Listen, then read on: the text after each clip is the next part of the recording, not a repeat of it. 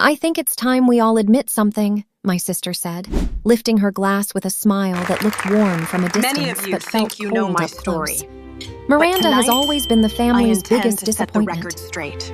The room didn't go Tonight, silent. I'm going to tell It you the did the truth opposite. about what happened. Laughter spread across the table, light at first, then louder, encouraged by the confidence in Vanessa's voice.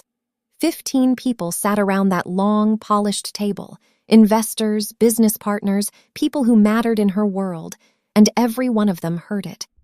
I stood there, just to the side of the table, close enough to be included, far enough to be placed exactly where she wanted me. My fingers tightened slightly around the edge of my chair, but I didn't move. I didn't react. Vanessa let the moment breathe, let it settle into something that felt acceptable, even amusing. Then she leaned forward, slid the bill across the table toward me, and said, "You wanted to be part of this family again, didn't you? Then start acting like it. Pay." No one stopped her. Not one person spoke up. Not even my mother, who kept her eyes lowered as if that alone would excuse her silence. I looked down at the total, then back up at the faces around me, each one waiting to see what I would do. So I signed it. Quietly. Without a word. Because in that moment, I understood something I hadn't allowed myself to accept before. This wasn't just humiliation. It was a line. And once it was crossed, there was no going back. The restaurant glowed with the kind of luxury that was meant to impress before a single word was spoken. Crystal glasses, soft lighting, perfectly timed service. It was one of our flagship locations, the one Vanessa always chose for important gatherings, the one she built her reputation on. To everyone else, it was a symbol of success. To me, it felt like a stage where roles had already been assigned. I wasn't there as a guest. I was there as a reminder of what she believed I represented. Vanessa stood at the head of the table, confident, composed, everything our family had always celebrated. She spoke easily with the guests, shifting between charm and authority without effort. When she introduced me earlier, it wasn't with pride or even neutrality. It was with that same carefully measured tone she had just used, the one that turned judgment into something that sounded almost reasonable. "My sister," she had said, pausing just long enough to make people look at me. "She chose a different path." The way she smiled after that made the meaning clear without needing to say more. I had spent years learning how to stand in rooms like this without shrinking, but it never stopped feeling like I didn't belong there. Not because I wasn't capable, but because the version of me they saw had already been decided long before I walked in. A nurse, a quiet life, no ambition in their eyes, no real value. The dinner moved forward as if nothing had happened. Conversations resumed, glasses were refilled, plates replaced with new courses that looked as flawless as the first. Vanessa transitioned seamlessly back into hosting, laughing with her guests, discussing expansion plans, future investments, the kind of things that defined success in their world. And I stayed where I was, silent, observing, letting everything settle into place. When the check arrived, it wasn't presented discreetly. Vanessa made sure of that. She glanced at it briefly, then slid it toward me with a small, deliberate movement, as if the action itself was part of the evening's entertainment. "Go on," she said softly, but not softly enough to keep others from hearing. "Consider it a lesson." My mother shifted slightly in her seat, her hands folding together in her lap, but she didn't look at me. She didn't say anything. She never did when it mattered. I picked up the pen without hesitation. My name looked unfamiliar as I signed it, like it belonged to someone who hadn't yet decided what this moment would mean. I placed the pen down, pushed the bill back across the table, and stepped away before anyone could say anything else. No one stopped me. No one called my name. Outside, the cold air hit harder than I expected, sharp enough to cut through everything I had been holding in. I stood there for a moment, letting the noise from inside fade behind me, my breath steady, my thoughts clearer than they had been all night. I wasn't angry, not in the way they would understand. I wasn't even hurt, not anymore. I was done. The next morning, I stepped into the hospital before sunrise. the quiet hum of fluorescent lights replacing the polished noise of the restaurant from the night before. The contrast was immediate and grounding. Here, nothing was staged. No one cared about appearances, only outcomes. I changed into my scrubs, tied my hair back, and walked onto the floor with the same steady focus I had built over years of long shifts and unpredictable cases. By 7:15, I was already moving between patients, checking vitals, updating charts, adjusting medications. The rhythm came back to me easily, like it always did. It didn't matter what had happened the night before. In this space, everything followed a different set of rules. People didn't measure you by your last name or your bank account. They measured you by whether you could help, whether you showed up when it mattered. I was reviewing a chart at the nurse's station when the ER call came through. Incoming patient, mid-40s, severe gastrointestinal distress, possible foodborne illness, condition unstable. The tone carried a level of urgency that made me look up immediately. We saw cases like that often, especially during the holidays, but something about the phrasing felt sharper than usual. When they wheeled him in, the signs were already clear. Pale, clammy skin, shallow breathing, eyes unfocused but alert enough to show how much pain he was in.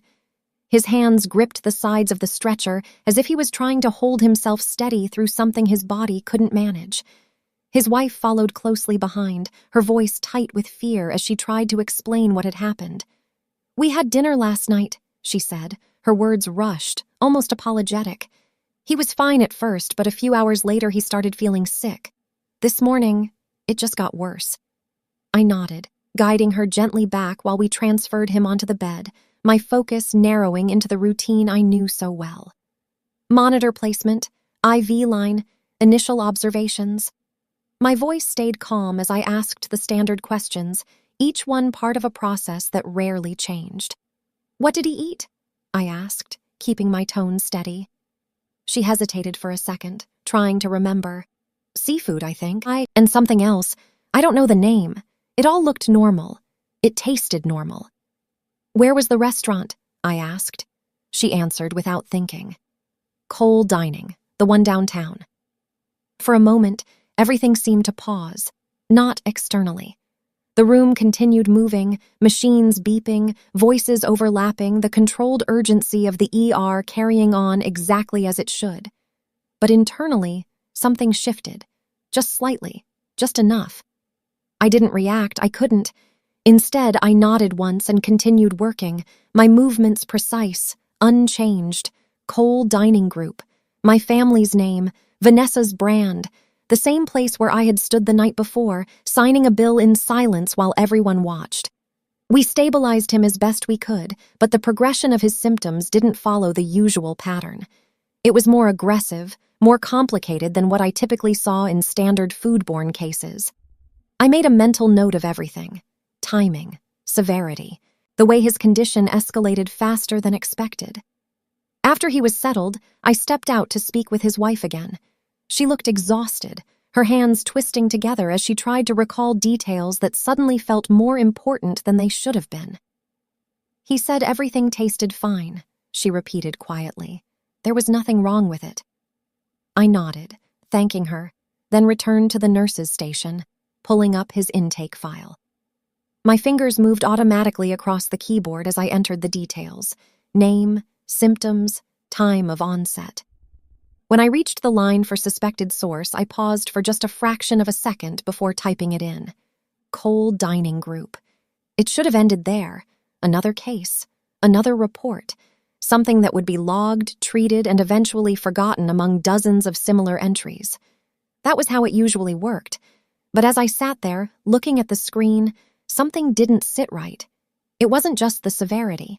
It was the familiarity of it. A feeling I couldn't fully explain yet, but one that refused to fade. "Miranda?" Jenna's voice pulled me back. "You okay?" I glanced up, forcing a small nod. "Yeah, just tired." She leaned slightly closer, her eyes flicking to the screen. "Another one?" she asked. "Food poisoning," I said. "From a restaurant downtown." She frowned slightly. "We've been seeing more of those lately," she said. "Different places, but still more than usual." That was it. the feeling I couldn't name before. Not just one case, a pattern. After she walked away, I opened a new tab and accessed the public health database. It was something I had used before, mostly out of curiosity. Reports, inspections, flagged incidents, information that was already there, waiting for someone to look closely enough. I filtered recent cases of foodborne illness in the area. The list populated quickly, more entries than I expected. At first, it looked random, different locations, different dates, but as I scanned through them, something began to form. Not clearly, not yet, but enough to make me stop. I narrowed the data, adjusting filters, looking for overlap, and then I saw it. Not a direct line, not proof, just a thread. Several cases scattered across time, linked in subtle ways to locations owned by Cole Dining Group. I leaned back slightly, my eyes still fixed on the screen, my thoughts sharpening. This wasn't enough to mean something, but it wasn't nothing either. By the time my shift ended, the pattern hadn't left my mind. It stayed with me through the walk home, through the quiet of my apartment, through the moment I set my keys down and stood there longer than I should have. I told myself it was just work, that I was overthinking a routine case, but I still opened my laptop. I logged into the same public database I had checked earlier, the glow of the screen cutting through the dim light of my kitchen. Everything I accessed was legal, standard, available to anyone who knew where to look. That mattered. I wasn't trying to expose anything yet, I just wanted to understand what I had seen. I started organizing the information more carefully this time. Dates first, then locations, then symptom severity.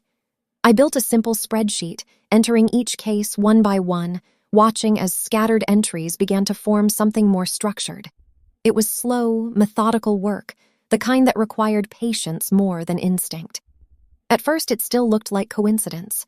A handful of cases tied loosely to different restaurants, some of them unrelated. Nothing that would trigger immediate concern. But as I kept adding entries, the pattern began to tighten. Not every case pointed to Cole Dining Group, but enough of them did to make the connection harder to ignore. I paused, my fingers resting on the keyboard, my eyes scanning the rows again. This wasn't proof. It couldn't be. Correlation didn't equal cause. I knew that. I had been trained to think that way, but the consistency was there, subtle but persistent, so I shifted focus. Instead of just looking at patient reports, I opened state inspection records. Those were public too, though rarely read in detail unless something had already gone wrong. Each restaurant had a history, a trail of minor violations, corrections, follow-ups. Most of it was routine, small issues resolved quickly, nothing unusual. But as I filtered through locations connected to Cole Dining, something else started to stand out. Repeated notes, temperature control warnings, storage inconsistencies, cross-contamination risks flagged and marked as corrected. On paper, everything was compliant, past inspections, closed reports, and yet the cases I had logged didn't align with that clean record. I leaned back in my chair, exhaling slowly, forcing myself to stay grounded. There were explanations. There always were. Busy kitchens, staff turnover, isolated mistakes that happened to cluster. I had to consider that. I couldn't jump to conclusions. But then I thought about the patient from earlier, the severity of his condition, the way it escalated faster than expected.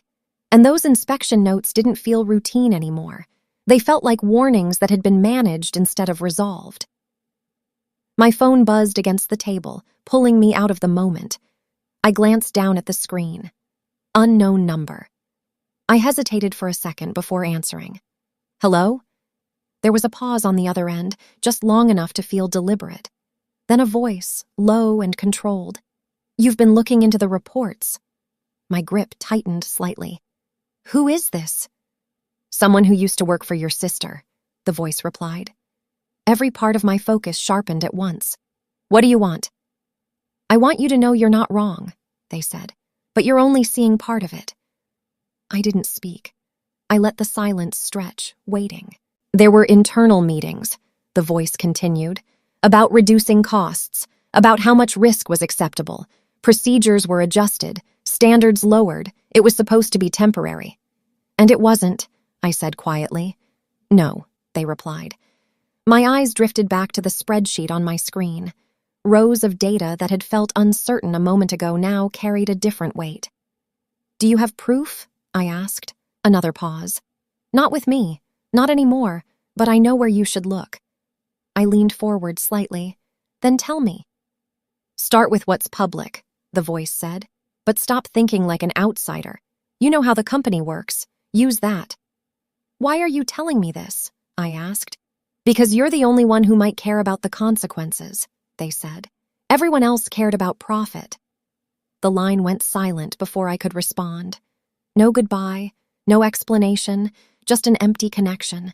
I lowered the phone slowly, my thoughts shifting into something sharper, more defined. This wasn't just a pattern anymore. It wasn't just data. It was direction. I turned back to my laptop and opened a new document, separate from the spreadsheet. I started writing everything down. Not conclusions, not assumptions, just facts, dates, sources, observations, a record that couldn't be dismissed as speculation. If this was going to move forward, it had to be built the right way, clean, verifiable, impossible to ignore. As I typed, one thought settled into place, clear and steady. This wasn't an accident, it was a decision, and decisions always left traces. The next few days moved with a quiet precision that didn't match what was building underneath them. I went to work, completed my shifts, spoke to patients the same way I always had, but every spare moment pulled me back to the same growing file on my laptop, the same pattern, the same unanswered questions that were becoming harder to dismiss. I didn't rush. That was the one rule I held on to. If I made this emotional, if I skipped steps or assumed anything without verifying it, everything would fall apart before it even began. So I checked each piece of information carefully before adding it. Public health reports, inspection records, archived complaints from former employees, anything that could be traced, confirmed, and documented without crossing any line. The more I organized, the clearer it became. Not obvious, not undeniable, but consistent enough to matter. I started mapping connections between locations that had reported issues, tracking timelines, noting when inspection warnings appeared and when they were marked as resolved. At first, it still looked scattered, different branches, different dates. But when I layered the timelines over each other, something shifted. Certain locations showed repeated patterns shortly after management changes. Certain names appeared across multiple branches, rotating just before inspection periods. It wasn't a direct link, but it wasn't random either. It felt structured, controlled just enough to stay below the threshold of immediate shutdown. I leaned back, staring at the screen, my thoughts narrowing. This wasn't just poor oversight. It looked like a system designed to balance risk against cost. My phone lit up, breaking the silence. A name I hadn't seen in years appeared on the screen. Daniel Brooks. I answered without thinking. Daniel? Miranda, he said, his voice quieter than I remembered but steady. I wasn't sure if this was still your number. It is, I replied. What's going on? There was a brief pause. Your name came up near a review request, he said. Not directly, but close enough to notice. My attention sharpened immediately. What kind of review? State-level follow-ups, he said. Nothing public yet, but there's movement, quiet movement. I glanced at my laptop, at the data I had been building. You think it's connected? I don't think, he replied. I'm pretty sure. Silence settled for a moment, not uncomfortable, just heavy with everything that wasn't being said. I need to ask you something, I said finally. If someone wanted to build something solid, not speculation, something that would actually hold up, what would they need? His answer came without hesitation. Consistency, documentation, and distance. Distance? I repeated. From the people involved, he said. From anything that can be used against you.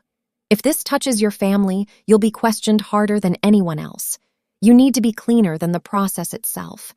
I absorbed that, letting it settle. And if decisions were made internally, policies changed deliberately, then you need proof of intent, he said. Not just outcomes, records, summaries, anything that shows someone knew and approved the changes. Meetings. The anonymous voice echoed in my head. There were meetings. Miranda, Daniel added, his tone shifting slightly, more serious. If you're involved in this, understand something.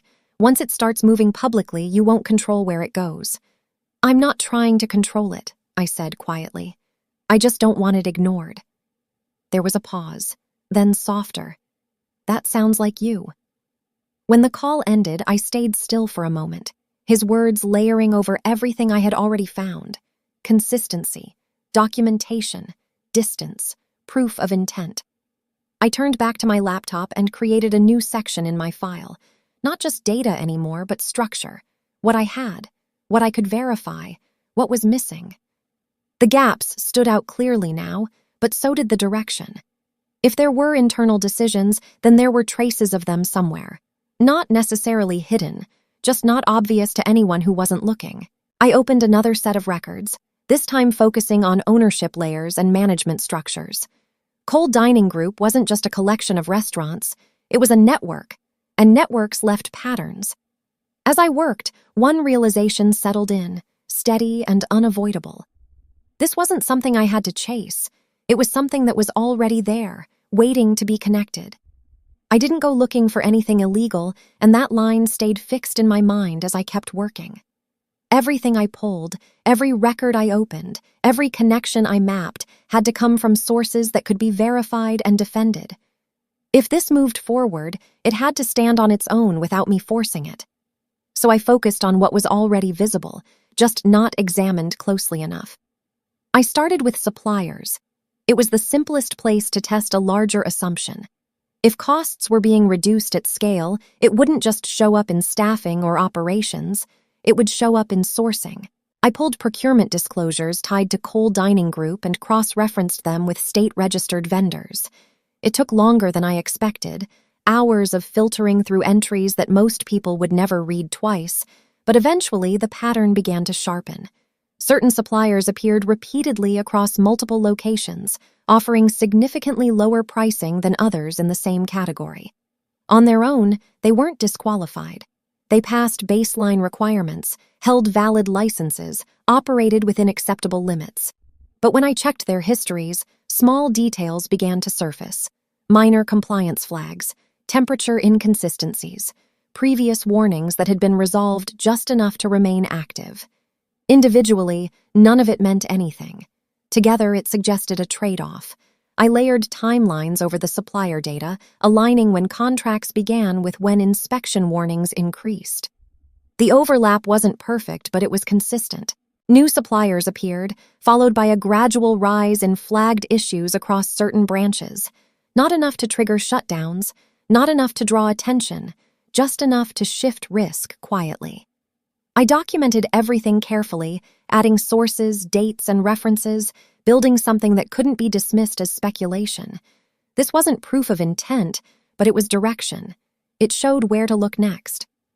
2 nights later, my phone rang again. The same unknown number. I answered immediately. "I've been looking at suppliers," I said before they could speak. "Lower cost, higher risk profiles, it lines up with the inspection patterns."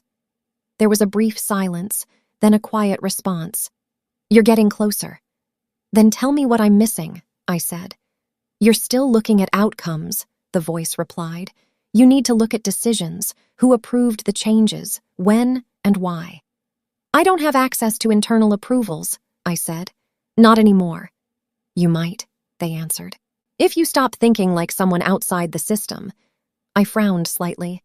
"Be clear." "Board summaries," the voice said. "Investor briefings. They don't show everything, but they reference enough, especially when cost strategies are involved."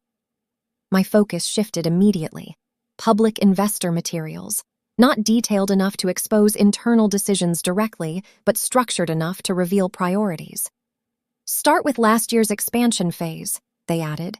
"That's when everything changed." The line went dead before I could respond.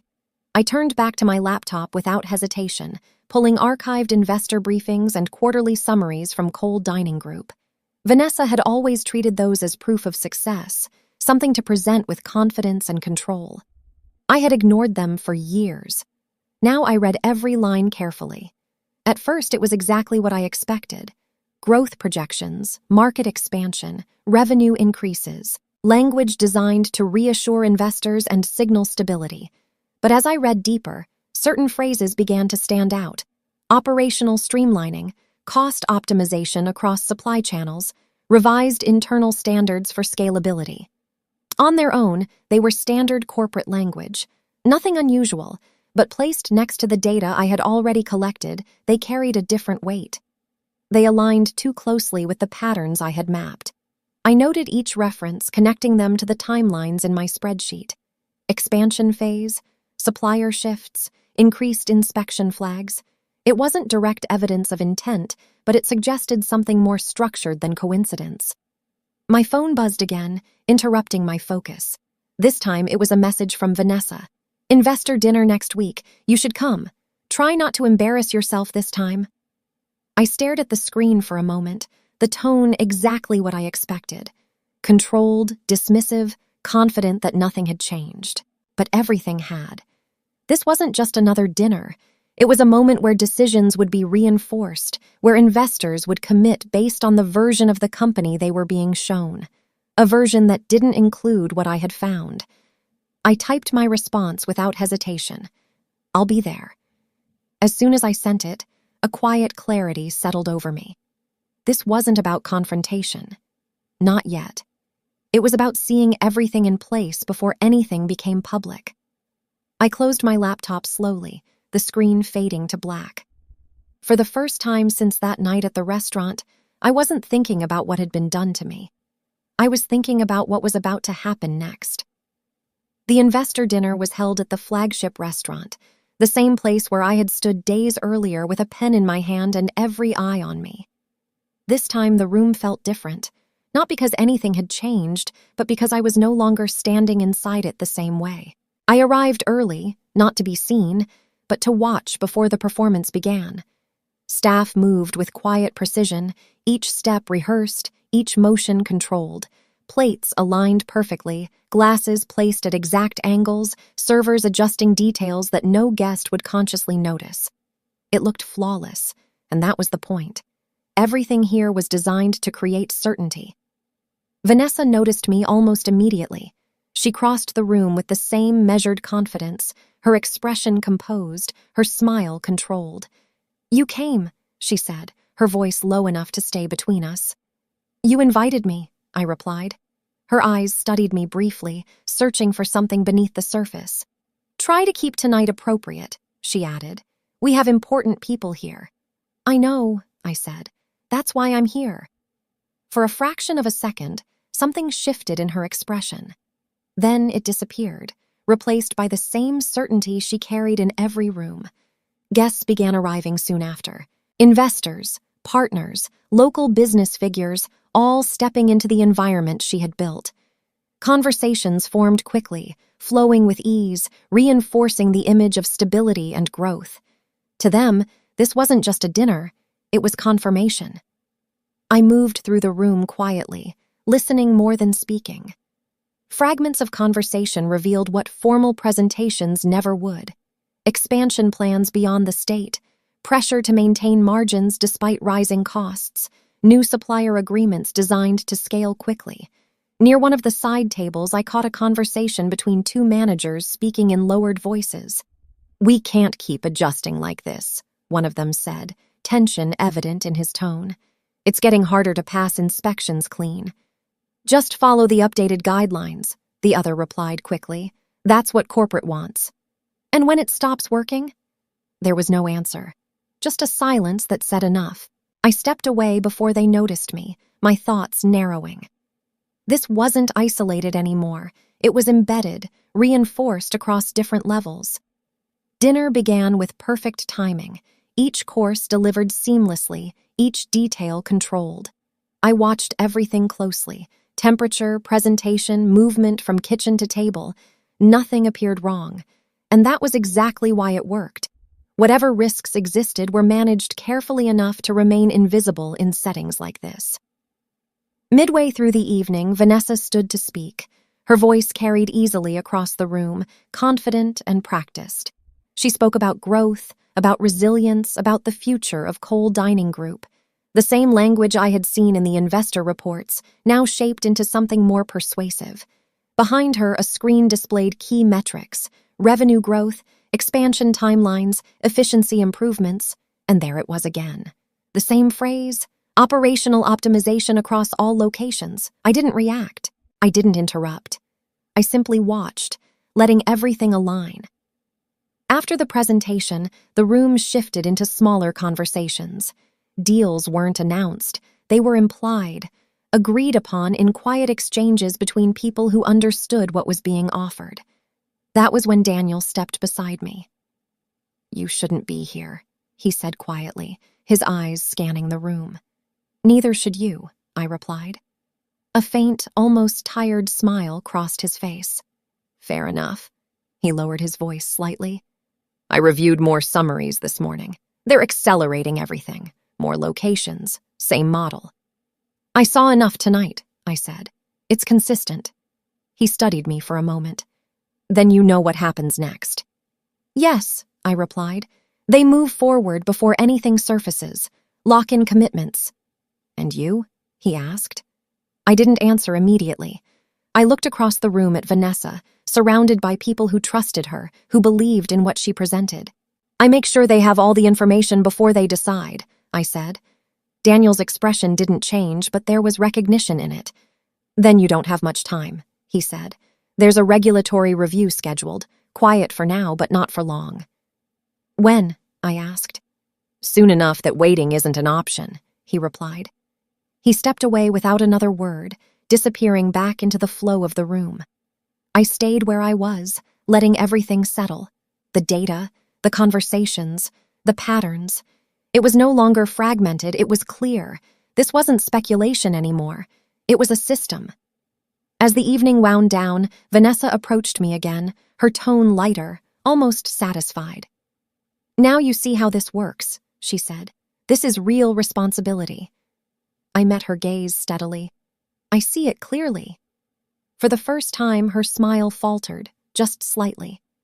I left soon after, stepping into the cold night air, the noise fading behind me. I didn't feel uncertain. I didn't feel conflicted. I felt ready. The morning everything surfaced didn't begin with noise. It began with a message. It's out.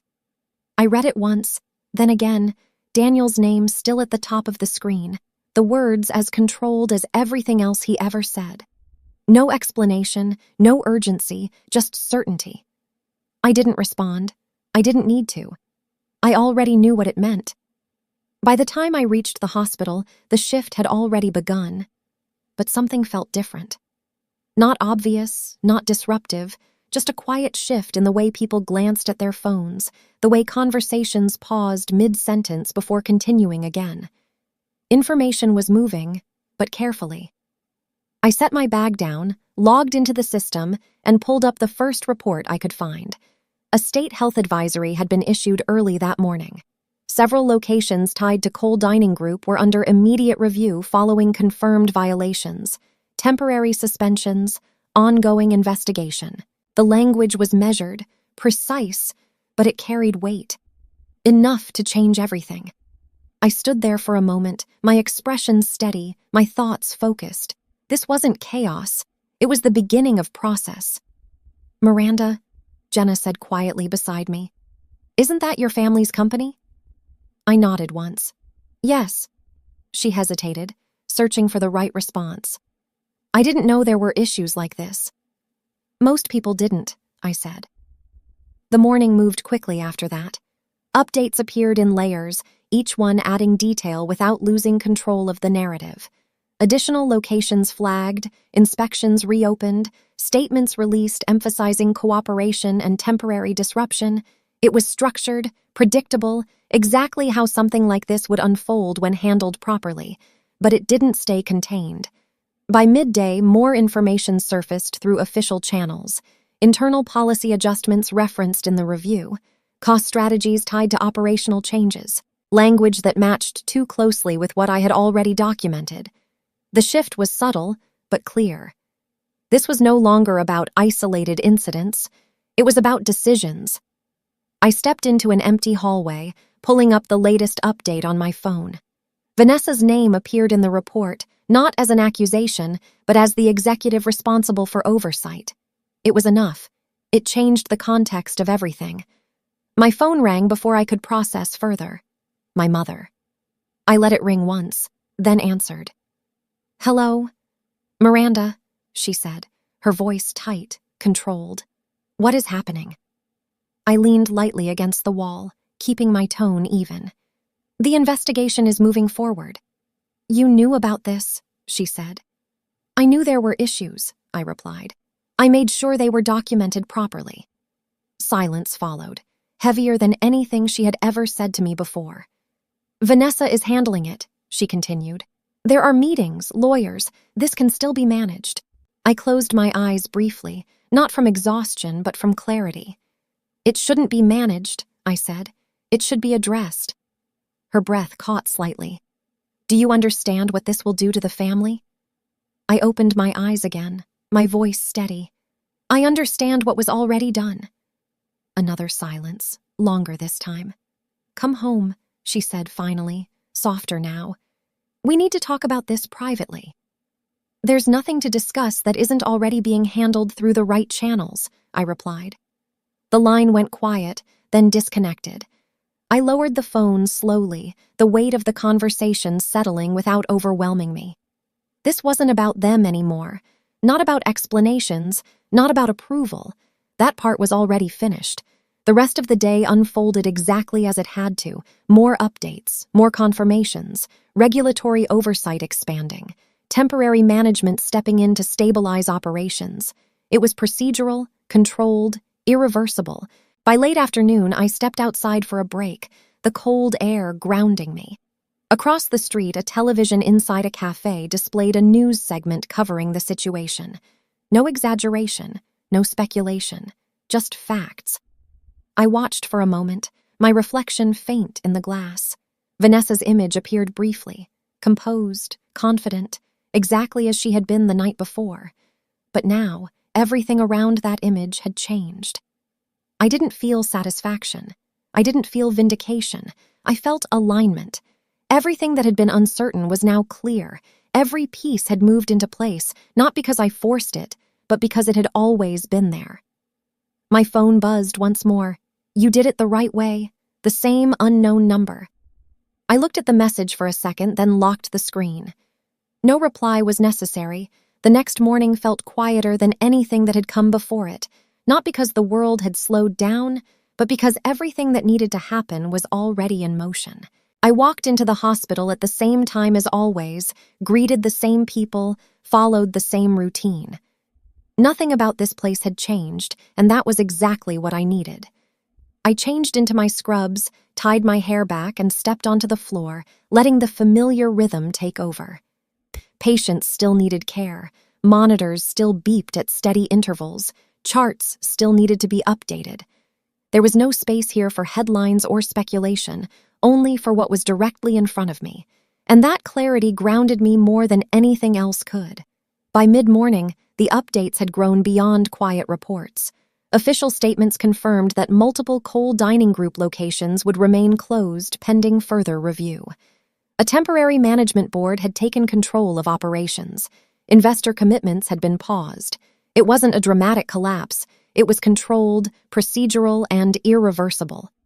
I didn't check every update. I didn't need to. The process was already moving forward without me. That had always been the point. This was never about taking anything down. It was about making sure the truth could no longer be ignored. During a short break, Jenna sat beside me, her expression softer than usual. "You've been really calm through all of this," she said. "I don't think I could be." I looked at my hands for a moment before answering. "It's not about being calm," I said. "It's about knowing why you did something in the first place." She nodded slowly. "And you're sure?" I met her eyes, steady. "Yes." She didn't ask anything else after that. Later that afternoon, as my shift came to an end, my phone lit up with a message from a number I didn't recognize. I opened it without hesitation. "I reviewed the reports this morning. Thank you for making sure we saw the full picture before making a decision." I read it once, then locked my phone again. It wasn't validation I had been waiting for, but it confirmed something I already knew. The information had reached the people who needed to see it. That was enough. When I stepped outside, the air felt sharper, clearer than it had the day before. Across the street, people moved through their routines, unaware of the details, aware only that something had shifted somewhere beyond their immediate world. That was how it always worked. The truth didn't need to be loud to be effective. For a moment, I thought back to the Christmas dinner. The laughter, the bill pushed across the table, the silence that followed. It didn't feel heavy anymore. It didn't feel like something I needed to carry. It felt like a moment that had already served its purpose. For years, I had believed that being acknowledged by my family defined my value, that their approval was something I needed to earn. But standing there now, I understood something I hadn't before. Value isn't something someone else gives you. It's something you build quietly, through choices that no one else sees until the results speak for themselves. I turned and started walking, not toward anything new, but back into the life I had already built. A life that didn't depend on recognition to exist. A life that didn't need to be defended. And if you've ever been in a room where people decided who you were before you had the chance to speak, I want to ask you something. Did you stay silent, or did you choose a different way to be heard? If this story meant something to you, share your thoughts below. I read every comment, and your perspective might help someone else who's still finding their way through a moment like this. And if you believe that truth, patience, and quiet strength always matter in the end, stay with this channel. There are more stories like this, and I'd be glad to have you here for them. This story is fictional. Any resemblance to real people or events is purely coincidental.